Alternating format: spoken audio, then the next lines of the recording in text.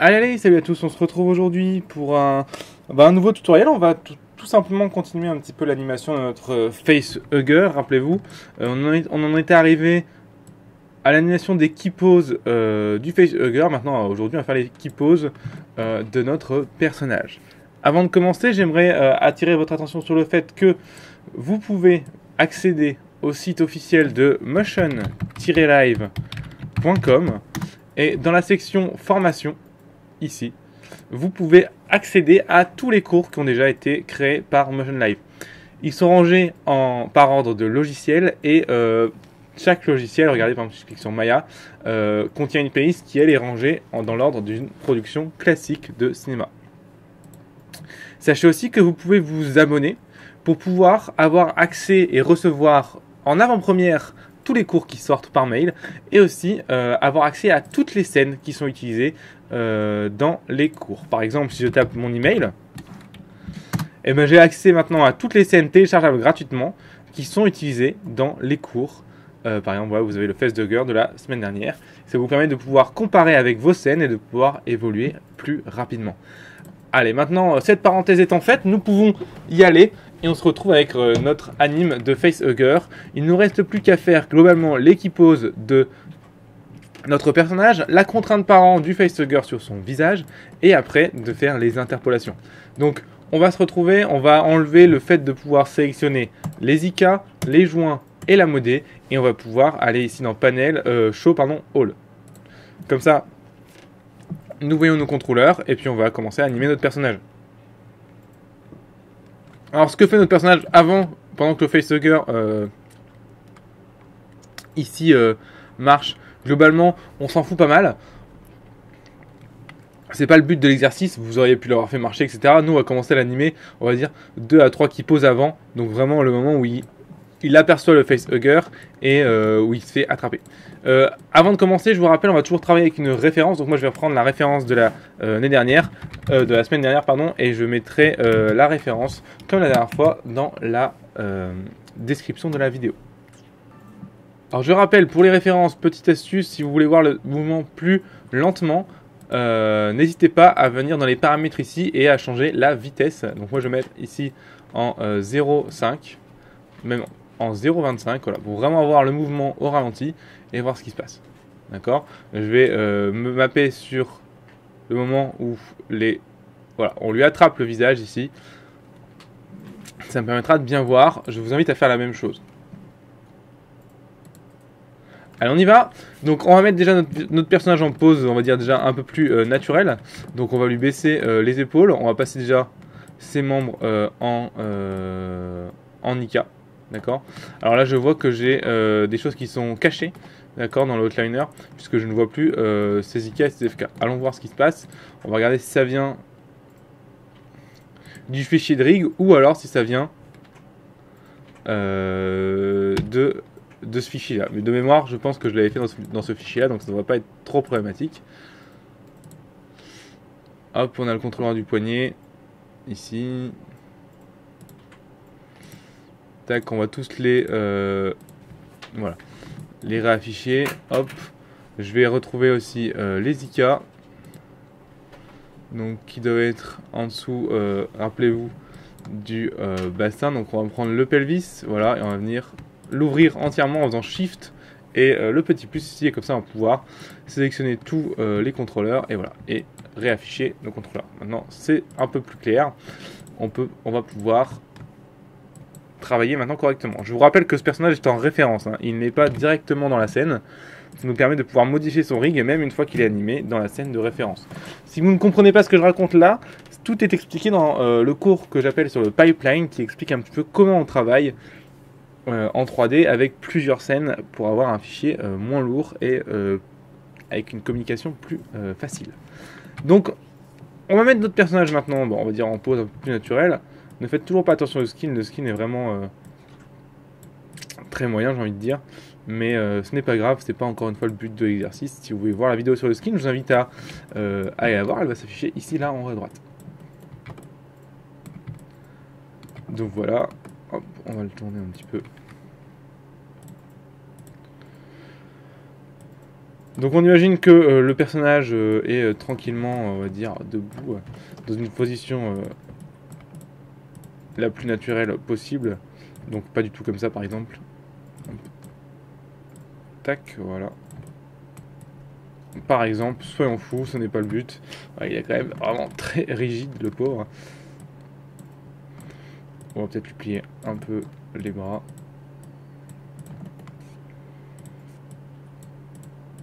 Hop, hop. Et hop. Voilà. Donc par exemple, il est comme ça, d'accord? Et on va pouvoir venir mettre une clé dessus. Donc pour mettre une clé dessus, rappelez-vous, on va prendre tous les contrôleurs de notre personnage, d'accord? Pas les contrôleurs, surtout pas les contrôleurs de notre facehugger, sinon on risque de casser l'animation qu'on a faite, ce serait quand même un peu dommage. Et on va faire un Shift W, Shift E pour mettre une clé sur chaque frame. Je remarque qu'il a déjà une clé ici, d'accord? Donc c'était pour le regard, on va la supprimer pour ne pas avoir de changement progressif, puisque rappelez-vous, nous on anime en keyframe pour l'instant. On va dire que la keyframe numéro 12, ça va être le moment où il remarque le facehugger, donc on va lui tourner la tête. On va mettre le regard à ce niveau-là. Voilà. Il va par exemple reculer peut-être un petit peu le pelvis, la jambe, tourner un petit peu. Hop, voilà. Alors, je vois que nous avons un petit problème de contrôleur. Je ne sais pas ce qui se passe. Ah oui. Alors, si vous avez ce problème-là, il vous suffit de mettre le blind point à 1 pour ne plus avoir ce problème sur les contrôleurs. Je ne sais pas pourquoi il fait ça à chaque fois. C'est quand on vient mettre une clé sur les translate, il n'est même pas tellement à ce niveau-là, puisque lui ce n'est que des rotate. Maintenant, vous n'allez plus avoir de problème.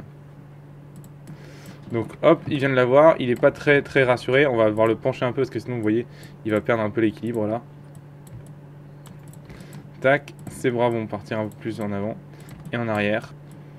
Ça peut l'air d'un guignol. Notre personnage globalement est quand même un peu un guignol, hein, donc c'est pas trop incohérent en soi. Tac, on va animer un petit peu aussi les mains. Voilà, comme s'il écartait un petit peu les mains de peur. Ce point là pourrait être fermé par exemple. Hop.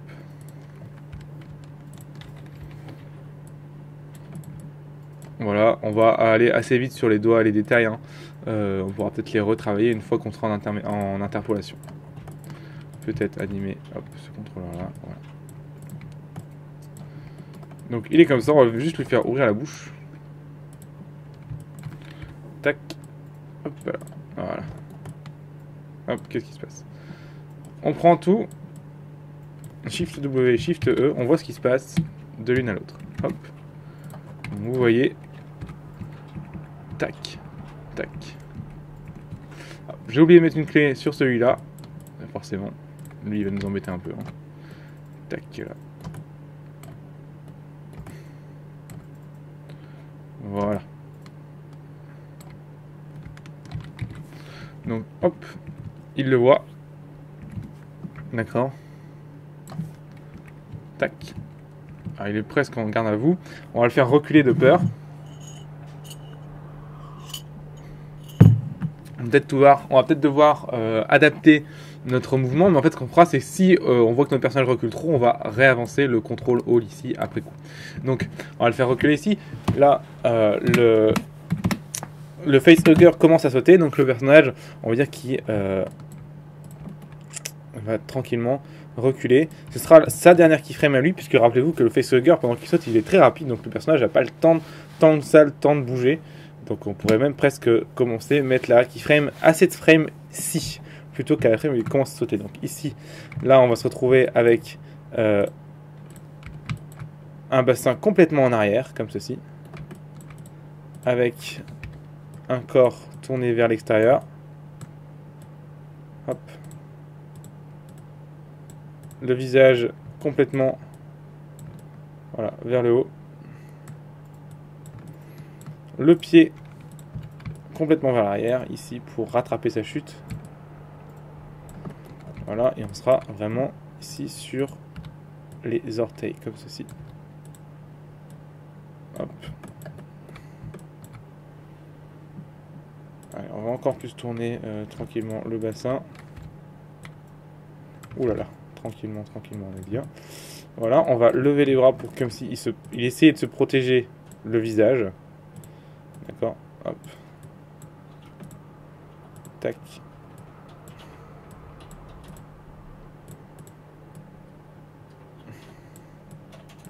Voilà, et on va venir ici calmer un petit peu cette rotation.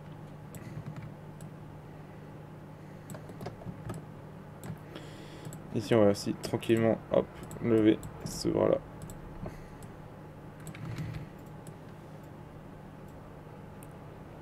Plutôt ouvert, comme s'il essayait peut-être de s'en servir pour se rééquilibrer à l'arrière, comme ceci. Tac, et on va venir lui rouvrir le poing pour justement venir se rattraper. Hop là. Peut-être plus comme ça, ouais.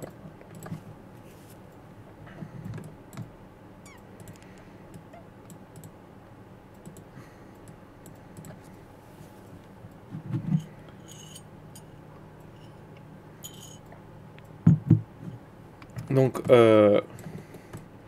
comme ceci, on va faire que le regard suit un petit peu la bête. D'accord, on va le mettre, hop, et on va l'avancer un peu pour pouvoir le sélectionner plus facilement pour mettre des clés. Comme ceci, là on va ouvrir sa bouche à fond, puisque là il est pétrifié, et on fera ses expressions juste après. Ici on a tout notre personnage, on va tout sélectionner, et faire un Shift W, Shift E, pour faire... Alors, forcément là on a une interpolation, puisqu'on a utilisé 2 frames, mais c'est pas un souci. On va juste tout simplement ne pas faire l'interpolation ici, puisque ce mouvement-là sera très rapide. Rappelez-vous du facehugger. Donc on verra ça quand on fera les interpolations après avoir fini les keyframes. Donc là, on est là. Tac. Il a peur.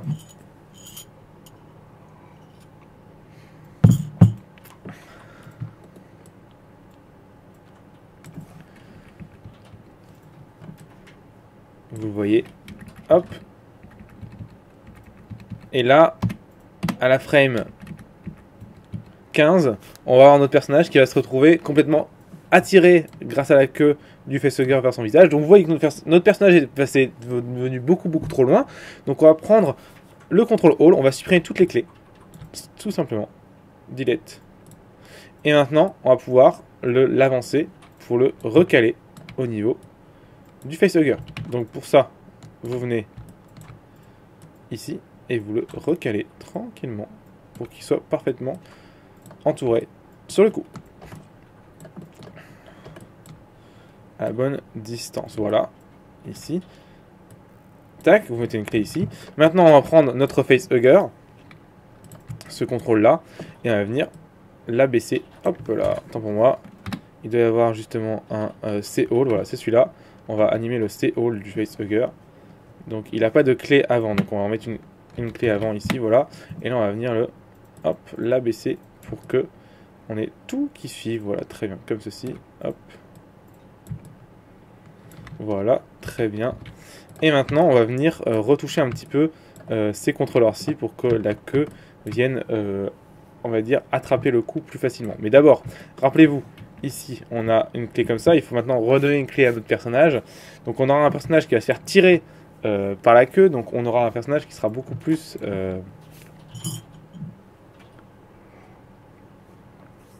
cambré, d'accord. Donc, ça veut dire qu'on va se retrouver avec un personnage qui sera, ici avec le C-Walk, un peu plus derrière comme ceci, d'accord. Et par contre avec voilà, hop, un personnage qui va se retrouver un petit peu cambré vers l'avant comme s'il était tiré vers la queue, enfin à cause de la queue du facehugger. Vous voyez ce que je veux dire? Tac, hop, comme ça, clac, voilà. On va l'avancer comme ça. Hop, et lui, on va le reculer. Tac. On va ouvrir sa bouche au maximum, comme ceci. Hop. Il va se retrouver les 2 bras en arrière, surtout celui-ci, comme s'il était. Hop. Tac. Celui-là va commencer à revenir en arrière. Et celui-là, S'il va un peu avancer. C'est peut-être même plus logique. Voilà, comme ceci. Et on va prendre ces 3 contrôleurs là pour les tourner. Voilà, comme s'il était vraiment happé. On va exagérer un peu le mouvement. Voilà. Comme ça. Et là, on va avoir un pied ici qui va monter tranquillement. Donc, on va se retrouver comme ceci. Hop. Tac. Rappelez-vous, on ne peut pas tellement bouger hein, avec ce mouvement-là, puisqu'on est quand même sur seulement pas énormément de frames de différence. Donc on ne peut pas se permettre de beaucoup bouger. On va prendre toutes les frames ici. Alors pour leur mettre une clé dessus. Shift E, Shift E. Rappelez-vous, on peut aussi mettre des clés sur le facehugger maintenant, puisque les deux sont liés. On va d'ailleurs, en parlant de clés sur le facehugger, voilà, regardez ce que ça donne. Tac. Il se retrouve happé. Hop. Alors moi je trouve que cette main-là est un peu encore... je la mettrai plus comme ça. Voilà.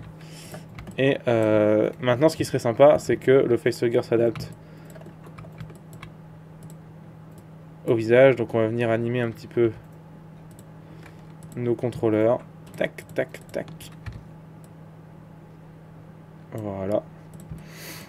C'est déjà beaucoup mieux déjà. Hop, on va prendre celui-là, le tourner un petit peu.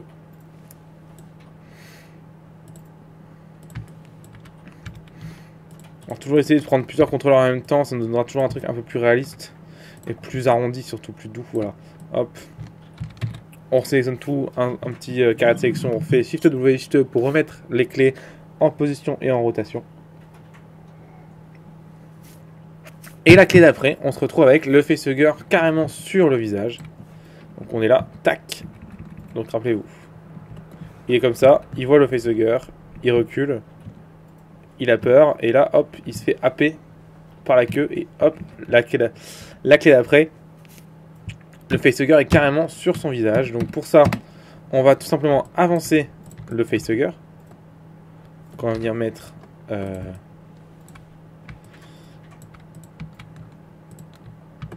ici. Ouh là là. Donc comme ça. Tac.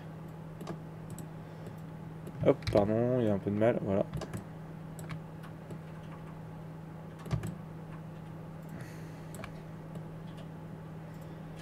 Comme ceci.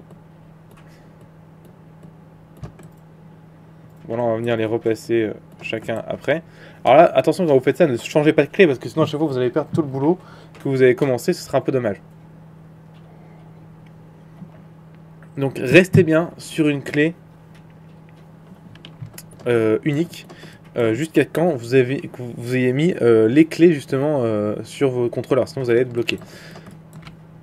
Alors quand je dis des clés, je me suis trompé, je voulais dire sur la même frame surtout. C'est vraiment très important que vous restiez sur la même frame. Donc on va se retrouver, voilà, quelque chose comme ça, complètement vers l'avant. Avec le pied en hauteur. Ici, tac. Comme si on va presque y tomber. Hop. On va venir cambrer le dos.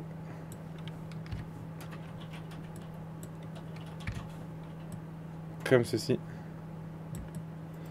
Et c'est là que ça va être difficile parce qu'il va falloir placer parfaitement le facehugger. Et après, il va falloir mettre une contrainte par an. Donc, ici, on se retrouve avec les mains complètement en arrière. Tac. Tac. Tac. Tac. Et on va essayer voilà, de tricher en déplaçant peut-être un peu le visage. Il faut que ce soit parfait. On va prendre notre facehugger, on va le déplacer aussi. Hop. Le placer correctement. On est plutôt voilà, comme ceci. On va le tourner un petit peu. Peut-être tourner le visage, ce sera plus simple. On va tourner le visage. Allez, on va le déplacer comme ça. Clac. Et le visage.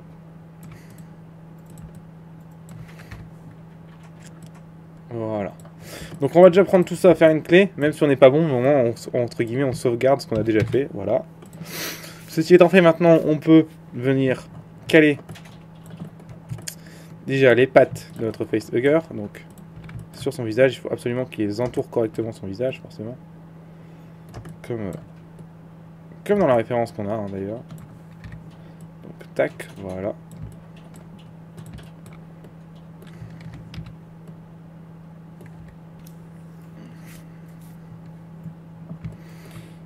Ici, on va venir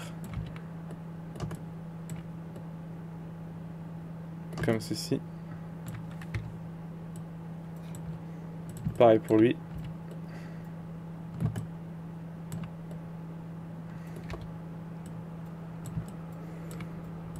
Et lui.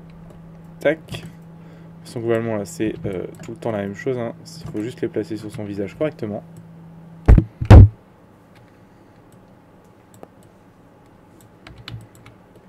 Voilà.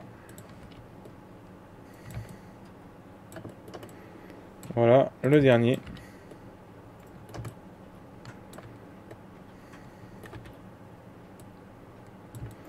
Voilà. Maintenant, on va reprendre tout ça, faire une grosse Shift W, Shift E. On va venir placer la queue tranquillement. Donc pour ça, et bien là, malheureusement, il n'y a pas de secret. On va devoir faire se taper ça à la main. Ça va être un peu long. Mais une fois qu'elle sera calée, la queue, logiquement, il n'y aura plus de problème. Donc, tac. Là, en vrai, on ne pourra pas tellement utiliser plusieurs contrôleurs en même temps efficacement, je pense. Peut-être 3 en même temps, mais maximum. Ouais, quand on doit faire enrouler des objets autour d'autres objets, en 3D, c'est jamais simple. Il y en a beaucoup de pénétration. Enfin, rien de vraiment sympathique, quoi.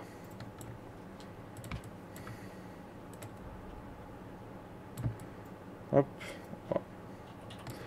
On n'est pas loin. Il reste ces contrôleurs-là à faire, je pense. Et on aura vraiment quelque chose de... Je pense pas trop dégueu.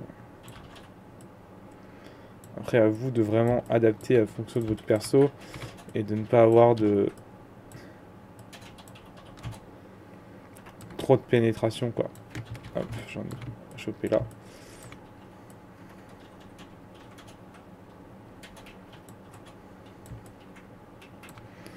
Alors, vous voyez ici par exemple que là on a vraiment beaucoup de pénétration. On va, voilà. Ici on va venir. En plus, ce qui est difficile dans ce genre d'anime, c'est que vraiment le truc serre hyper bien le coup. Donc, pour ceux qui ont vu les films, ça lâche pas le truc, quoi. Donc, forcément, c'est pas facile. On va rester là-dessus. Pour moi, je pense que là on est pas mal. On serre bien le coup. Pareil, on sélectionne tout. On fait une grosse clé d'anime. Clac. On enregistre parce que c'est vraiment un petit peu chiant à faire. On regarde si ça correspond. Vous voyez, hop, il saute, tac, il se fait choper, hop là.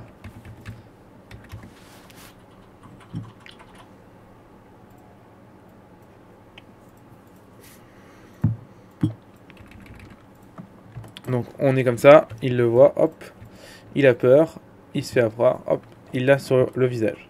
D'accord?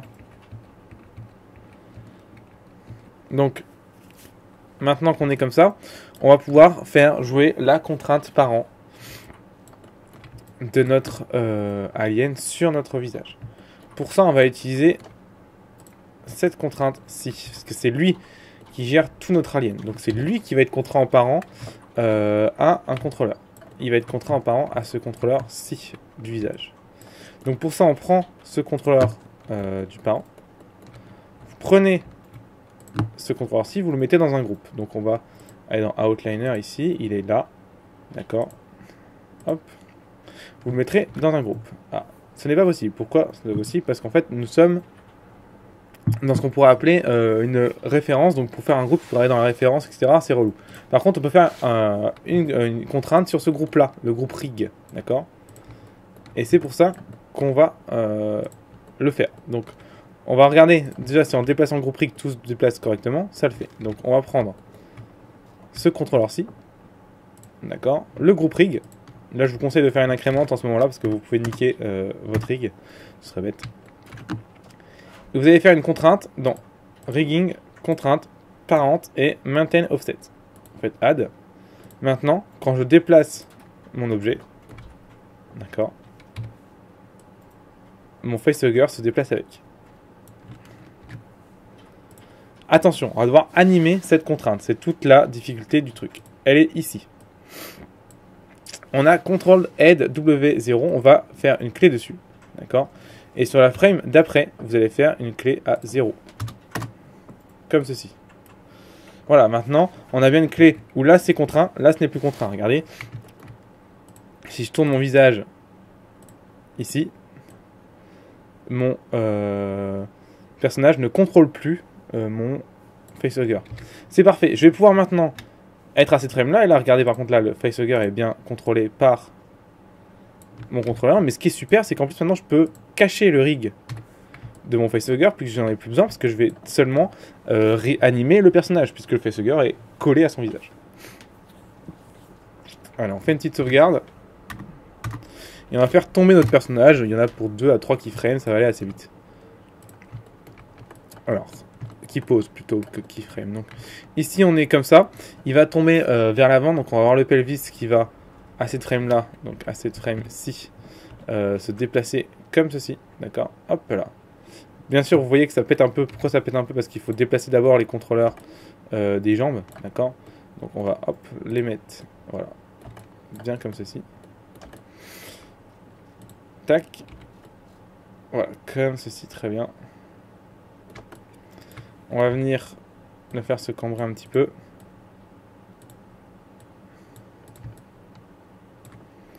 On va venir lui faire baisser les bras. Allez, allez. Voilà. Baisser un petit peu l'amplitude de ses bras. On va faire retomber ses pieds. Oh là, pas trop non plus parce que forcément, ouais, ça joue un petit peu sur les talons. Alors les contacts talons aussi, dans ce genre de position, c'est toujours l'enfer. On va peut-être rester là-dessus avec un pied un peu plus loin peut-être. Voilà, ce sera peut-être un peu mieux. Voilà.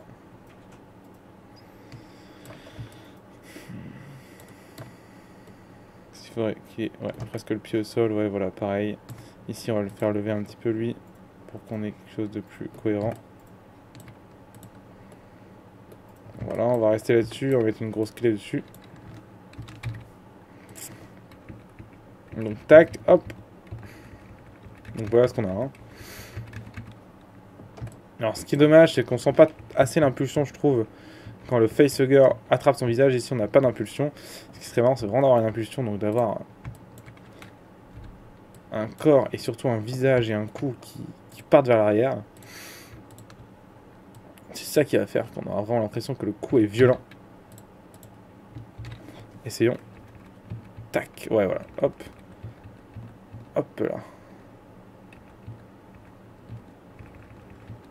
Il essaye. Alors, ouais, ce qui est bizarre, c'est que lui repart en arrière. Il devrait pas repartir en arrière.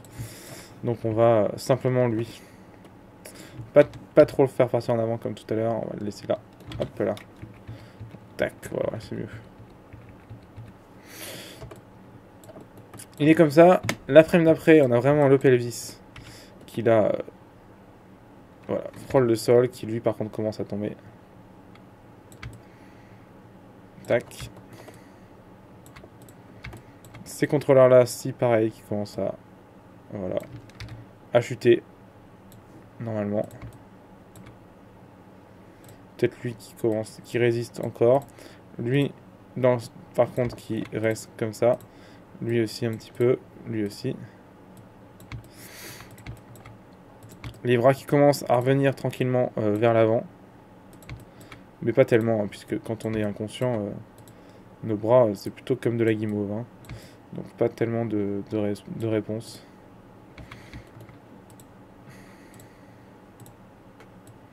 Hop.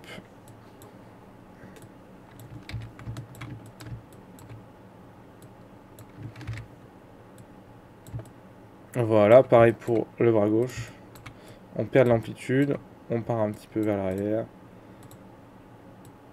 Tac.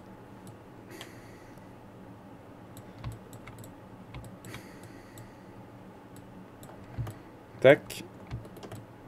On va venir placer la jambe gauche pour qu'elle ne se casse plus. Alors, ici on voit qu'elle se plie à l'envers. Rappelez-vous, ça vient juste du contrôleur qui est ici. On va venir le replacer au bon endroit. Voilà. On va venir avancer tranquillement le pied. Là, on peut venir le mettre toujours un peu plus loin. Le pied gauche me paraît globalement cohérent. Le mettre, ouais, un peu le casser comme ça. Ici, on va venir remettre une clé sur le tout. Donc on se retrouve avec cette position là. Vous voyez, hop. Ici le bras je trouve qu'il tombe pas assez en arrière. Donc je vais hop remonter un peu l'épaule. Voilà. Tac. Voyons. Ouais, je trouve que c'est un peu mieux. J'ai envie de faire partir son visage encore plus en arrière.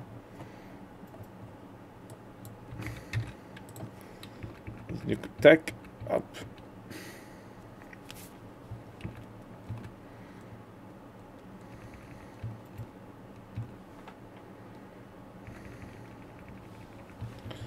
Tac, on lui saute dessus, clac.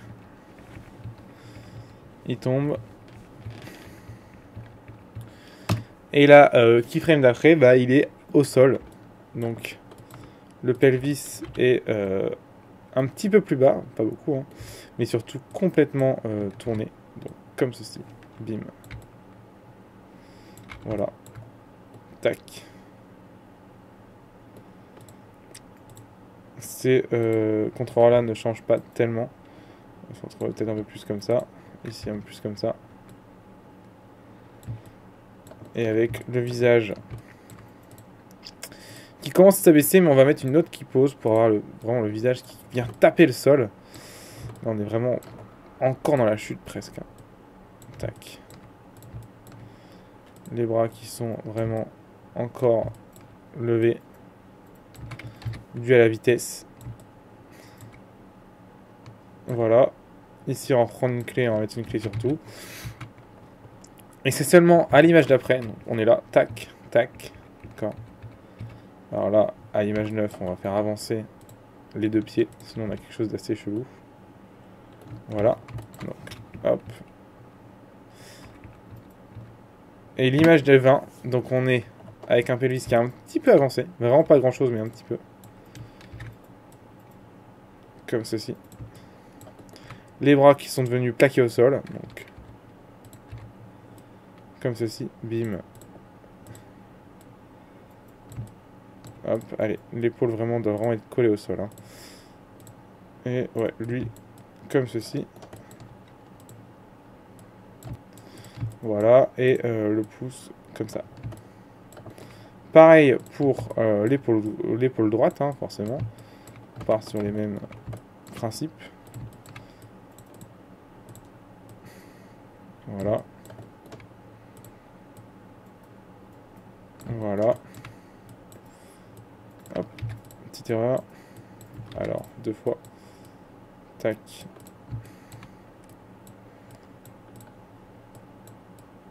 Voilà. Et là, par contre, on est d'accord que on a eu un espèce de petit... voilà, petite rotation de la cage thoracique. Le bras qui s'est relevé. Et surtout là, une rotation complète de la tête sur le sol, comme s'il était tombé. Clac. Ici, comme ceci. Hop, et ce contrôleur là qui va venir terminer voilà, la rotation. Hop, alors attention, le problème c'est que l'alien a tendance à un peu rentrer dans le sol. C'est un peu la galère là. Voilà, l'idée c'est de provoquer un petit glissement dû à la vitesse. Regardez ce que ça donne. Ici on a un tac, il vient glisser. Peut-être pas encore assez fort. Hein. Hop. Les pieds ici aussi pareillement viennent se poser eh bien, au sol. Donc on va voir ça. Tac. Ce contrôleur là ici qui vient comme ça. Celui-là qui vient se poser au sol comme ceci. Voilà. Hop. Regardez bien les pieds. Ils viennent se poser simplement au sol. Donc on en est là. On va regarder un petit peu ce que ça donne sans les contrôleurs, voir un petit peu les petites modifs qu'on a à faire dans l'équipose. Donc il a peur, il se le prend. Hop. Il tombe. Et il est au sol. Je trouve que Il y aurait peut-être moyen de le faire un peu plus glisser quand il tombe au sol. Mais je pense qu'on va plutôt voir ça aux interpolations parce que c'est le genre de truc qu'on a un peu de mal à voir en qui pose. C'est pas très facile hein, à voir en qui pose. Voyons un petit peu ce que ça donne maintenant. On a le personnage qui n'est pas animé au début, on a juste le facehugger, tac, qui vient sauter, hop, au visage du personnage, tac. Hop là, il le chope et il tombe. Tac. Hop là, il est... Ouais, ce mouvement-là est vraiment important, ce mouvement de... C'est l'alien qui tire le personnage. Ça donne vraiment de l'impulsion au mouvement. Et en plus, derrière, bim, le personnage vient se cambrer à cause de la force du mouvement de l'alien sur son visage. C'est ça, c'est ces deux qui posent là qui sont importantes. Clac, clac, clac, clac. Et après, il tombe. Voilà, le tombé. Ce qui est important dans le tombé, c'est cet arc de cercle ici qu'on a là. Hop, je vais juste prendre le crayon. Voilà. Ici, là, on a un arc de cercle. Tac. C'est ce qui donne l'impulsion. Pareil, ici, on l'a un petit peu. Vous voyez. Hop. Je l'ai peut-être un peu mal fait. Ce serait plus comme ça, voilà. Et vous voyez, ici, on a l'alien qui vient comme ça. Mais surtout, il y a sa queue qui exerce cette force-là. C'est pour ça que la frame d'après, on se retrouve comme ça. Avec le personnage qui avance ici. C'est dû à cette force qui est là, ici. D'accord, ça c'est vraiment très important. Sinon le reste, ça m'a l'air assez, plus simple à comprendre que ça. Donc hop, et après le fait que le personnage soit cambré dans ce sens-là, c'est parce que juste avant, on a vraiment la bête qui a poussé dans ce sens-là. Voilà. Et puis après, on a notre personnage qui tombe au sol. À améliorer avec les interpolations et rajouter un peu de détails sur la bête, sur le visage, etc. La faire respirer, etc. Mais ça, à voir avec les interpolations. Donc, pour moi, c'est terminé pour ce cours. Je vais juste supprimer les flèches qui ne servent à rien. Hop. Voilà, je vais enregistrer. Comme ça, la scène sera sur le site de motion-live.com. Je rappelle dans la section formation si vous êtes abonné. Et vous pourrez voir un petit peu, avoir le rig du personnage, le rig de l'alien. Et aussi, surtout, avoir... les deux versions d'animation. Donc l'équipose de l'alien, l'équipose du personnage. Et la semaine prochaine, on fera les interpolations des deux. Et ce sera, je pense, le dernier cours d'animation de cette année. En tout cas sur Maya. Donc j'espère que ça vous aura plu. J'espère que ce cours aura pas été trop compliqué. Sinon, n'hésitez pas à me poser des questions dans les commentaires, par mail, où vous le souhaitez. Je me ferai un plaisir d'y répondre. Et puis, dans tous les cas, moi je vous dis à la semaine prochaine. Je vous dis bon courage. Et puis, amusez surtout vous bien. Au revoir.